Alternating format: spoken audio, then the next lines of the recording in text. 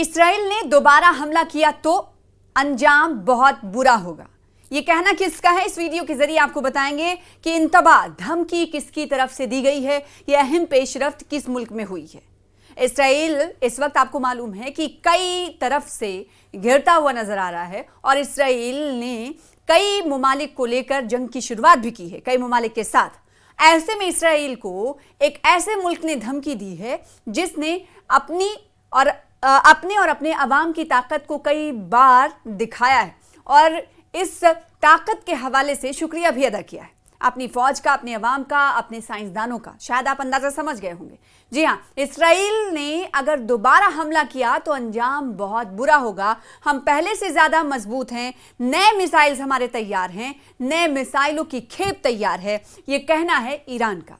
Iran ने 20 अगस्त को Israel पर नए मिसाइलों से हमला करने का इंतबा दिया है, धमकी दी है।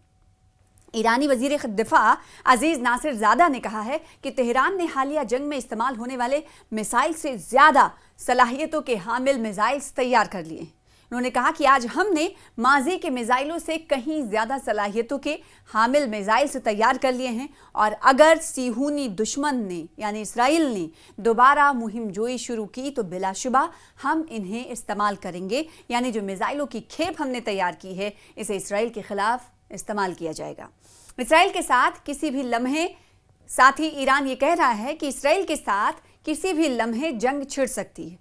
कभी भी इसराइल की तरफ से अगर थोड़ी सी भी शुरुआत की जाएगी, थोड़ा सा भी कदम बढ़ाया जाएगा तो इसका भरपूर अंदाज में जवाब दिया जाएगा और हम इस बात को सोचेंगे भी नहीं कि किस तरह से कदम उठाना है, क्योंकि हमारे साथ हमारे पास जो मौजूदा मिसाइल्स हैं वो मौजूदा तकनीकी से लैस हैं। इसलिए इसराइल को सोच समझकर कदम उठाना होगा। ये इंतबा, ये धमकी इसराइल की तरफ से दी जा रही है, इसराइल को दी जा रही है ईरान की तरफ से। इसराइल के साथ किसी भी लम्हे जंग छिड़ सकती है, ईरान ने ये इंतबा दिया है। इतना ही नहीं, ईरान के एक सीनियर ओहदेदार ने खबरदार भी किया है कि इसराइल के साथ जंग किसी भी लम्हे छिड़ सकती है। और जो जून में 12 रोज़ा लड़ाई हुई थी, उसके बाद मौजूदा खामोशी को सिर्फ एक आर्जी वक्फा करार दिया। ये उन्होंने कहा, ये देखिए, एक ऑफिशियल की तरफ से कहा जा रहा, आला ओहदेदार की तरफ से कहा जा रहा है कि जो 12 रोज़ा इसराइल और ईरान के दरमियान जंग हुई थी, उस जंगबंदी के बाद जो इस वक्त का वक्फा है, मौजूदा जो सूरत हाल है, वो सिर्फ एक पॉज है, वक्फा है, आर्जी वक्फा है। इसे इसराइल आखिर ना समझे। एक अखबार में शाया इंटरव्यू में जो खबर रिसा इदारे होते हैं, उनकी रिपोर्ट को अगर पढ़ा जाए तो उसके मुताबिक ईरान के नायब सदर मोहम्मद रज़ा आरिफ ने कहा है कि हमें हर लम्हा मुमकिना महाज़राई के लिए तैयार रहना चाहिए। इस वक्त हम किसी बाज़ाब्ता जंग बंदी में नहीं हैं, बल्कि महज दुश्मनों के आर्जी तातुल की हालत में हैं। जून की लड़ाई में आपको बताएं कि इसराइल ने ईरानी जौहरी और फौजी तनसीबात के साथ साथ रिहायशी इलाकों पर भी बमबारी की थी, जिसमें 1000 से ज़्यादा अफराद जाँ बहक हुए थे, जिनमें सीनियर कमांडर और जौहरी साइंसदान भी शामिल थे। ईरान ने उसके जवाब में मिसाइल्स और ड्रोन हमले किए, जिनमें दर्जनों इसराइली मारे गए थे। और फिर अमेरिका ने ईरानी जौहरी तनसीबात पर बमबारी करते हुए जंग में बराह रास्त शिरकत के 2 रोज़ बाद 24 जून को लड़ाई को रोकने का ऐलान किया था। ताहम जंगबंदी के किसी भी मुआहदे को बाज़ाब्ता शक्ल नहीं दी गई, बल्कि झड़पों में सिर्फ गैर आलानिया तौर पर वक्फा आया।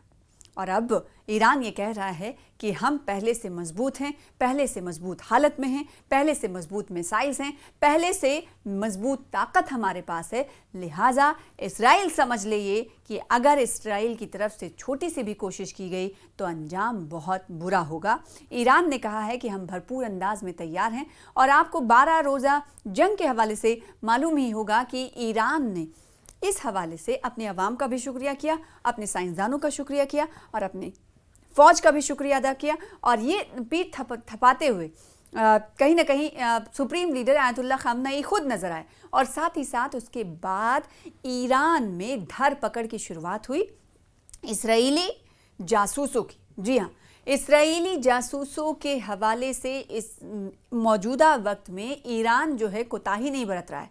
और इसके अलावा सिर्फ जासूस नहीं बल्कि एजेंट्स की अगर हम बात करें तो उन्हें भी जासूसों का तो एक तरफ से ईरान की तरफ से कदम उठाया गया है जासूसों के हवाले से, और कई अदलिया की बात करें, अदालत की बात करें तो इस हवाले से सज़ा भी सुनाई गई है इन जासूसों को लेकर। तो दूसरी तरफ हम ये देख रहे हैं कि एक बड़ा क्रैकडाउन ईरान चला रहा है, क्रैकडाउन उन लोगों के खिलाफ जो ईरान के नहीं हैं, जो ईरानी शहरी नहीं हैं, ईरान से उन्हें बाहर भेजा जा रहा है। इस ज़िम्न में अफ़गानी शहरियों की काफ़ी तादाद है।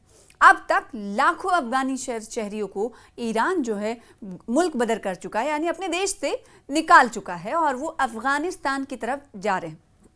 इस पर मौजूदा वक्त में ईरान को तनकीद का निशाना भी सामना करना पड़ रहा है ईरान को। इस पर ईरान का ये कहना है कि वो अपने मुल्क की सिक्योरिटी को दरअसल यकीनी बनाना चाहता है, लिहाजा इन तमाम अफ़गानी शहरियों को निकाल रहा है, क्योंकि हमारे ईरान की सबसे पहले सिक्योरिटी, अमन, ये हमारे लिए मायने रखते हैं। लिहाजा जो लोग यहाँ से निकाले जा रहे हैं वो ईरान के लिए, ईरान की सिक्योरिटी के लिए ख़तरा हो सकते हैं। तो दूसरी तरफ अफ़गानिस्तान की हुकूमत, तालिबानी हुकूमत ने इस क्रैकडाउन पर तनकीद का निशान मजम्मत की है और साथ ही कहा है कि इतनी बड़े तादाद में ये आर्थिक संकट अफ़गानिस्तान के सामने एक क्राइसिस को खड़ा किया जा रहा है। अगर इंटरनेशनल ऑर्गेनाइजेशन की बात करें, ह्यूमैनिटेरियन ऑर्गेनाइजेशन की, NGOs की, तो उनकी तरफ से भी इस मामले पर फिक्र, तशवीश का इजहार किया गया है।